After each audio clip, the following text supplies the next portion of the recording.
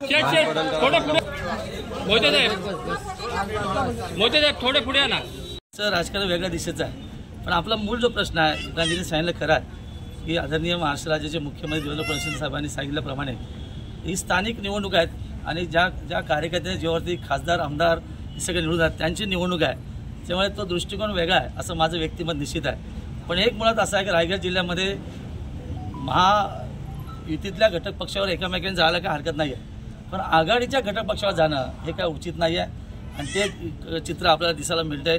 आणि म्हणतात नक्कीच आम्ही निश्चित व्यक्त करतो भारतीय जनता पार्टी शिवसेना असेल राष्ट्रवादी असेल जिथे ॲडजस्टमेंट आम्ही नक्की करावं, कारण सरकारच्या माध्यमातून विविध निधी प्रत्येक भागामध्ये वितरित झालेला आहे, कामं झालेली आहेत, खासदार निवडून गेलेत, आमदार निवडून गेलेत, पण महाआघाडीतल्या काही पक्षांबरोबरती राष्ट्रवादी युती होणं हे काय ठीक नाही आहे। खरं तर त्यांचे नेते वरिष्ठ नेते आहेत, खासदार आहेत, समन्वय समितीचे सदस्य देखील आहेत, पण हे व्हायला नाही पाहिजे होतं। आणि मग त्यांचं वक्तव्य आपण ऐकतो, आज ती वेळ नाही आहे, पण यांनी संपूर्ण त्याचा विचार नक्की करावा। कारण निवडणुकीची प्रक्रिया चालू आहे, उद्या छाननी आहे, त्यानंतर जी होणार आहे, पण ह्या सगळ्या घडामोडी वरिष्ठ लेवलला नक्की ते दखल घेतली जाईल आणि मला असं वाटतं की याच्यामध्ये नक्की परिवर्तन घडून येईल। अलिबाग नगरपालिकेसाठीचा नगराध्यक्ष पदाचा आणि नगरसेवक पदासाठीचा नामांकन अर्ज आमच्या सगळ्याच उमेदवारांचा आम्ही दाखल केलेला आहे। आमच्या नगराध्यक्ष पदासाठीच्या उमेदवार सौ तनुजा पेरेकर आणि सर्वच प्रभागांचे नगरसेवक पदासाठीचे जनसामान्यांमध्ये एक उच्च प्रतिमा असलेले लोकांच्या हृदयात स्थान प्राप्त केलेले उमेदवार या सर्वांनी आज नामांकन अर्ज उमेदवारी अर्ज भरलेला आहे।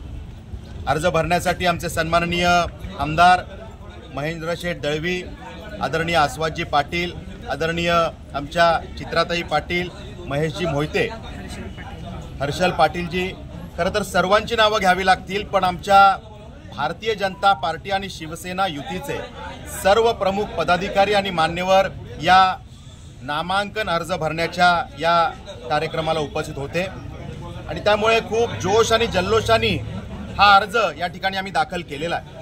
आणि दाखल करताना जनसामान्यांच्या ज्या प्रतिक्रिया आहेत येत असताना सुद्धा जनतेचे जे आशीर्वाद आम्हाला प्राप्त होत आहेत आणि त्यांच्या मनात जी भावना आहे की हा अलिबागसाठी बदलाचा एक नवीन अध्याय या माध्यमातून तयार होतोय आणि अनेक वर्ष काही जणांना संधी देण्याचा प्रयत्न या ठिकाणी झाला, पण ज्या काही अपेक्षा अलिबागकरांच्या होत्या त्या पूर्ण होताना मात्र दुर्दैवानं दिसल्या नाहीत।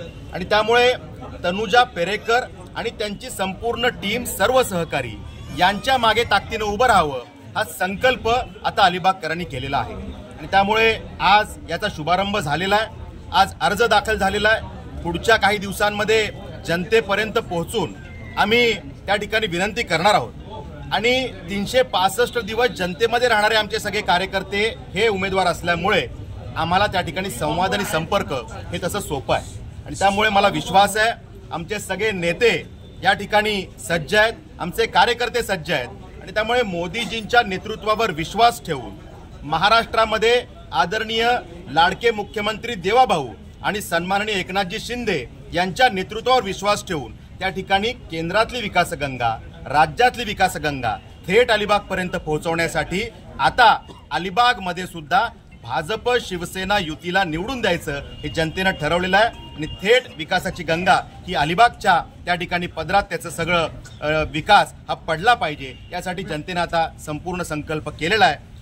मी सर्व उमेदवारांना, मग उमेदवार आमचे नगराध्यक्ष पदाचे असतील किंवा नगरसेवक पदाचे असतील, सर्वांनाच मनापासून शुभेच्छा देतो आणि या शुभेच्छा विकासासाठीच्या शुभेच्छा आहेत, या जनतेच्या कल्याणासाठीच्या शुभेच्छा आहेत आणि अर्थातच विजयासाठीच्या या शुभेच्छा आहेत। आणि त्यामुळे महेंद्र शेठ दळवी, सर्वच नेते, आस्वाद पाटीलजी, आम्ही सर्वांनी ताकदीनं या सगळ्या उमेदवारांच्या मागे उभं राहायचं ठरवलेलं आहे। सगळे उमेदवार आजपासून ताकदीनं प्रचाराला लागलेले आहेत। सगळ्यांना खूप साऱ्या शुभेच्छा। माझ्या विधानसभेच्या मतदारसंघामध्ये मुरुड नगरपालिका आणि अलिबाग नगरपालिका आम्ही समन्वयाने वाटप करून घेतलेलं आहे आणि एकंदर शहरामधली भारतीय जनता पार्टीची ताकद बघत असताना, कारण माझ्या दोन्ही निवडणुकांमध्ये त्यांचं मताधिक्य जास्त त्या ठिकाणी होतं आणि मग समन्वय विचाराने आम्ही सीट वाटप नगरपालिकेचं वाटप केलं आणि मग नगराध्यक्ष आपण भारतीय जनता पार्टीला दिलं।